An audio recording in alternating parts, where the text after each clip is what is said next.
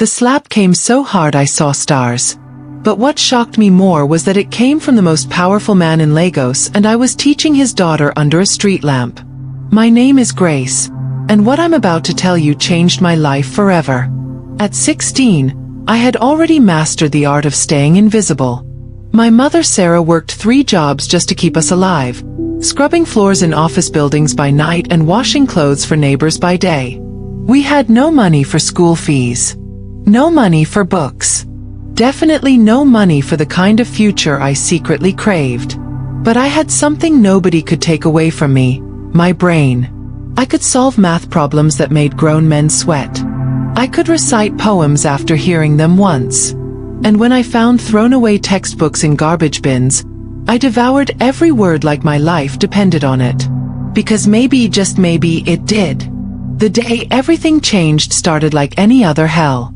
I was walking back from the market where I sold pure water to help my mother pay rent, when I heard crying. Not just any crying, the frustrated sobs of someone who had given up. I followed the sound and found a girl about my age sitting on the curb, expensive school uniform torn, makeup running down her cheeks like black rivers. She looked up at me. Her eyes were red and swollen. "Are you okay?" I asked, even though the answer was obvious. "No," she whispered. "I'm stupid. Everyone says so." I sat down beside her, not caring that my old dress would get dirty. "Who's everyone?" "My teachers. My classmates. My father." Her voice cracked. "I failed math again. If I don't pass this test tomorrow, they'll kick me out of Richmond Academy." I knew that name. Richmond Academy, the most expensive private school in Lagos, where ministers and oil barons sent their children, where one term's fees could feed my family for 2 years. "What's your name?" I asked. "Mercy," she replied. "Mercy Johnson." My blood froze. Johnson. As in Chief Michael Johnson, the billionaire who owned half the construction companies in Nigeria. The man whose face was on billboards across the city. The man who could buy and sell people like me without blinking. But looking at Mercy then, I didn't see a billionaire's daughter. I saw a broken girl who reminded me of myself, lost, desperate, convinced she wasn't good enough. "Show me the math," I said quietly. Mercy blinked. "What?" "The math you're struggling with. Show me." She opened her bag and pulled out a textbook that probably cost more than my family made in a month. She pointed to a page filled with algebra problems that looked like hieroglyphics to most people. To me, they were simple. "Okay," I said, taking a stick and drawing in the dirt. "When you have x plus 5 equals 12, you're looking for what x is, right?" For the next hour, under the yellow glow of a street lamp, I broke down every problem until Mercy's eyes lit up with understanding. She went from sobbing to smiling to laughing with joy. "I get it," she shouted. "I finally get it. You were never stupid," I told her firmly. "You just needed someone to explain it differently." Mercy grabbed my hands. "Will you teach me again tomorrow?" I hesitated. "I don't think that's a good idea. Your father." "My father doesn't have to know," she said quickly. "Please. You're the first person who's ever made me feel smart." Against my better judgment, I nodded. Same time. Same place. The next evening, Mercy was waiting with her books and the biggest smile I had ever seen. "I passed," she screamed. "I got 85% on my math test." We hugged like sisters. And that's how it started. 2 girls from different worlds, meeting under a street lamp every night. Me teaching, her learning, both of us growing in ways we never expected. For 3 weeks we met in secret. I would finish selling water, rush home to help my mother, then sneak out to tutor the billionaire's daughter. Mercy would tell her driver she was staying late for school activities, then slip away to learn from me. I taught her math, English, science, everything. But more than that, I taught her confidence. How to believe in herself. How to speak up in class. How to silence the voices that called her stupid. In return, Mercy brought me food, notebooks, even a scientific calculator that I had only dreamed of owning. We talked about everything: dreams, fears, boys, the future. For the first time in my life, I had a real friend. Someone who saw my worth. But secrets in Lagos don't stay hidden forever. On a Thursday evening, I was explaining chemistry when I noticed the black cars. 3 of them, parked across the street with tinted windows. My stomach dropped. "Mercy," I whispered. "I think we need to go." But it was too late. Car doors slammed. Heavy footsteps approached. And then a voice that made both of us freeze. "Mercy." Chief Michael Johnson stepped into the circle of light, his face twisted with rage. He was taller than I had imagined, with silver hair and eyes that could cut glass. Behind him walked 2 bodyguards who looked like they could break a person in half. Mercy scrambled to her feet. "Daddy, I can explain." "Explain what?" His voice boomed across the empty street. "That you've been lying to me for weeks? That you've been meeting some street girl instead of coming home?" I stood slowly, my legs shaking. This was it. This was how my story ended. Chief Johnson's eyes locked on mine. "You," he said, pointing a finger that felt like a weapon. "What's your name?" "Grace," I whispered. "Grace what?" "Grace Ease, sir." He looked me up and down. My faded dress, my plastic slippers, my hands stained from selling pure water. His lip curled in disgust. "So you're the one who's been filling my daughter's head with nonsense," he said. "Do you have any idea who I am?" I nodded, not trusting my voice. "Then you know I could have you arrested for kidnapping. For fraud. For whatever I want." "Daddy, no." Mercy stepped between us. "Grace has been helping me. She's the reason I'm passing my classes." Chief Johnson's laugh was cold as ice. "This girl? This nobody? You think she can teach you better than your expensive teachers?" "Yes," Mercy shouted. "She's brilliant. She knows more than any of my teachers." That's when it happened. Her father's hand moved so fast I barely saw it coming. The slap echoed through the night air. Mercy stumbled backward, holding her cheek, tears streaming down her face.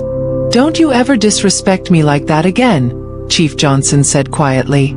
"And don't you ever let me catch you with this street rat again." I felt something snap inside my chest. Street rat. That's all I was to him. That's all I'd ever be to people like him. "Sir," I said, my voice stronger than I felt. "Your daughter is not stupid. She never was. She just needed."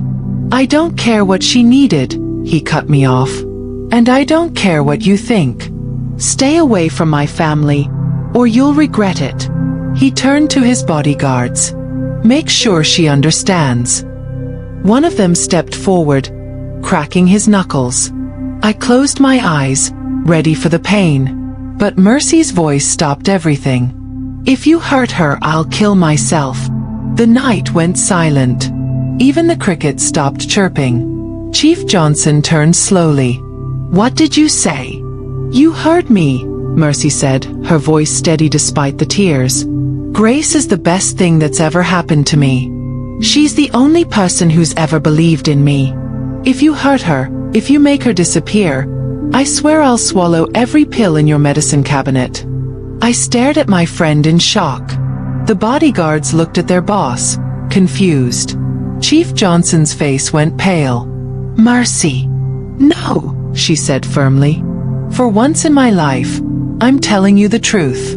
This girl has done more for me in 3 weeks than your expensive schools have done in 3 years. She doesn't want your money. She doesn't want anything from you. She just wanted to help me believe I wasn't stupid." She wiped her eyes and looked directly at her father. "Test her if you don't believe me. Give her any problem you want. Math, science, anything. Then tell me she's just a street rat." The silence stretched on forever. I could hear my own heartbeat pounding in my ears. Chief Johnson stared at his daughter like he was seeing her for the first time. Finally he spoke. Get in the car, Mercy. Not without Grace. I said get in the car. And I said not without Grace. Mercy grabbed my hand. We're friends, Daddy. Real friends. And friends don't abandon each other. Chief Johnson looked at both of us, then at his bodyguards, then back at his daughter. I could see the wheels turning in his head. He was a businessman. He understood deals. Fine, he said slowly. Both of you. In the car. Now. My blood turned to ice water. I knew what happened to poor girls who got in cars with powerful men. They disappeared. Their families got some money and a story about accidents. But Mercy squeezed my hand. Trust me, she whispered. And for reasons I couldn't explain, I did. The car ride felt like traveling to my own funeral. I sat pressed against the window, watching Lagos blur past in expensive silence. Chief Johnson hadn't said a word since we got in. His driver, a thin man with nervous eyes, kept glancing in the rearview mirror like he expected someone to start shooting. Mercy held my hand the entire time, her grip tight enough to leave marks. Every few minutes, she'd whisper, "It's going to be okay," like she was trying to convince herself more than me.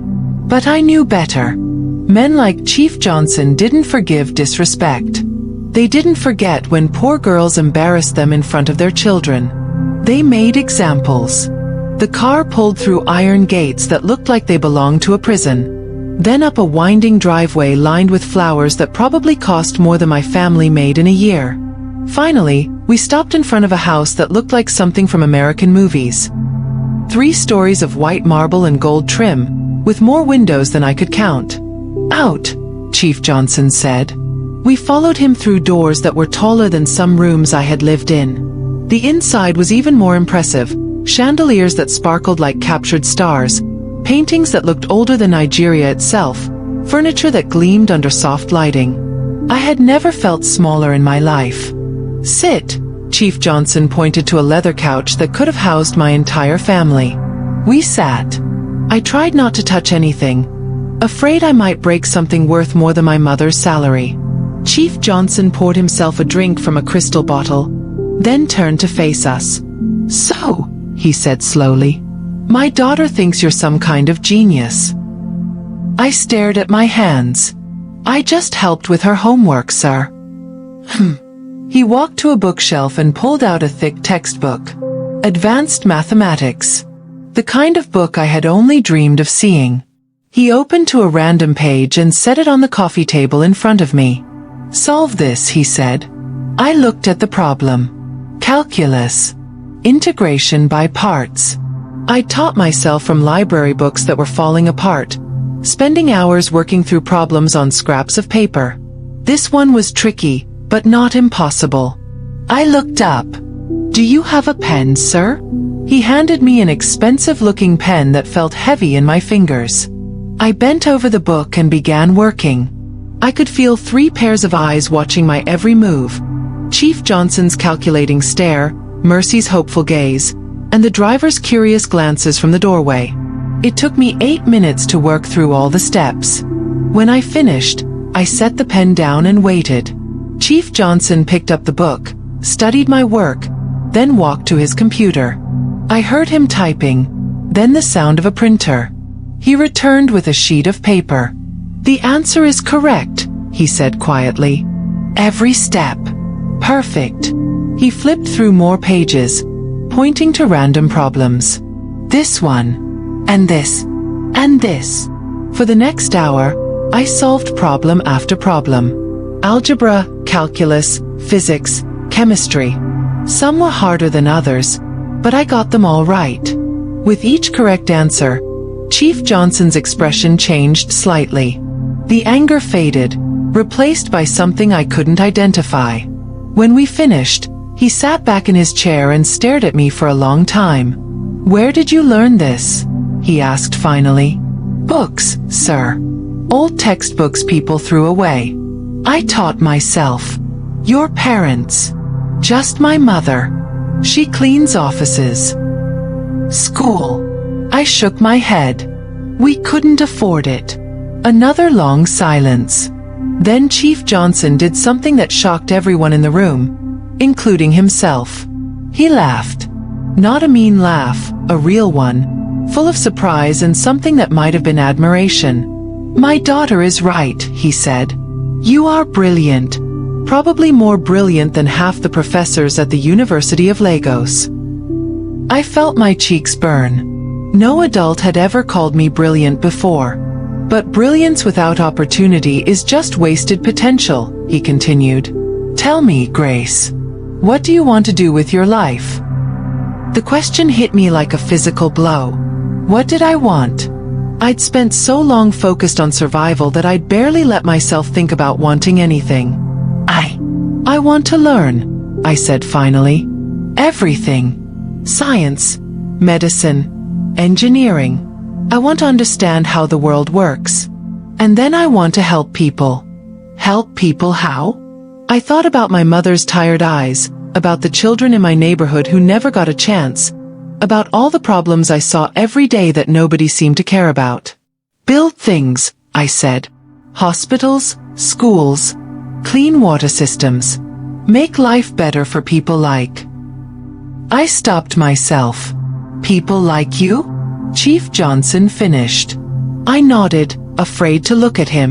He was quiet for a long time. When he spoke again, his voice was different, softer, thoughtful. "Grace, I'm going to tell you something that might surprise you. 20 years ago, I was where you are now. Not exactly the same. I had a father, we had a small house, but we were poor. Very poor. I sold newspapers on the street to help my mother buy food." I looked up, shocked. This man who lived in a palace, who owned companies and appeared on TV. He had been poor? The difference, he continued, was that someone gave me a chance. A businessman named Chief Okafor saw potential in me and paid for my education. He changed my life completely. He stood up and walked to the window, looking out at his manicured gardens. "For 20 years, I've been successful. I've made money, built companies, gained power. But I never once stopped to think about giving someone else the chance that was given to me." He turned back to us. "Until tonight." My heart started beating faster. "Mercy," Chief Johnson said to his daughter. "You said this girl has done more for you in 3 weeks than your expensive schools have done in 3 years?" "Yes, Daddy." "And you believe she's brilliant?" "More brilliant than anyone I know." He nodded slowly, then looked at me. "Here's what's going to happen. Tomorrow morning, you're going to take entrance exams for Richmond Academy. If you pass, and I believe you will, I'll pay for your education. Full scholarship, books, uniforms, everything." I felt like the room was spinning. "Sir, but that's not all," he continued. "You're also going to continue tutoring my daughter. Not in secret this time. Officially. I'll pay you for that too." "Daddy!" Mercy jumped up and hugged him. "Really? Really?" He hugged her back, then looked at me over his daughter's shoulder. "But I have one condition, Grace." My heart sank. Here it comes, I thought. The catch. "What is it, sir?" "You have to promise me something. When you become successful, not if, when. You have to remember where you came from. You have to give other children the same chance you're getting. Deal?" I stared at him, tears blurring my vision. This couldn't be real. Things like this didn't happen to girls like me. I started, then stopped. My voice wasn't working properly. "Is that a yes?" Chief Johnson asked gently. I nodded frantically, unable to speak. "Good." He smiled, the first real smile I'd seen from him. "Oh, and one more thing." "Yes, sir."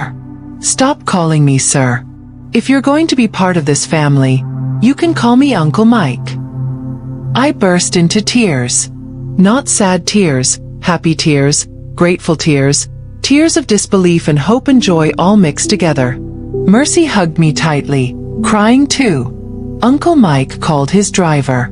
"Take Grace home so she can tell her mother the good news." Then tomorrow morning, bring them both here at 8 a.m. As we drove through the gates, I looked back at the house.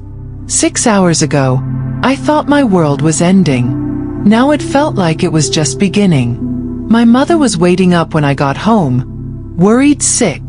When I told her everything, Sarah E. sat down hard on our one good chair and cried like her heart was breaking, but in the best possible way. "My daughter," she whispered, holding me tight. "My brilliant daughter." 3 months later, I was the top student at Richmond Academy. 6 months after that, I was tutoring half my class for free, of course. And every evening, Mercy and I still met under the street lamp where it all began. But now we talked about our dreams instead of just homework. Because sometimes, when the world seems determined to keep you down, all it takes is one person who sees your worth.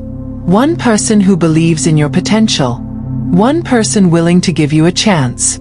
And sometimes, if you're very lucky, that person happens to be a billionaire whose daughter you taught under a street lamp, not knowing that your life was about to change forever. I kept my promise. Years later, when I became Dr. Grace Ease, the youngest female engineer in Nigeria, I started a foundation that gives scholarships to brilliant children who can't afford school. I never forgot the street lamp, the tears, the moment when everything changed. Because I learned that night that the difference between a street rat and a success story isn't money or family or luck. It's simply someone who cares enough to look past what you have and see what you could become. Sometimes all it takes is one slap that changes everything. Not because it hurts, but because it forces someone to finally see the truth. And the truth was that I was never a street rat at all. I was a diamond waiting for someone to notice my shine. I hope my story touched your heart and reminded you that every child deserves a chance to shine, regardless of where they come from. What did my story teach you? Share your thoughts in the comments below. If my story inspired you, don't forget to like this video and share it with someone who needs to hear it. And make sure to subscribe and hit the notification bell because I have more incredible, life-changing stories coming your way. Remember, you are more than your circumstances.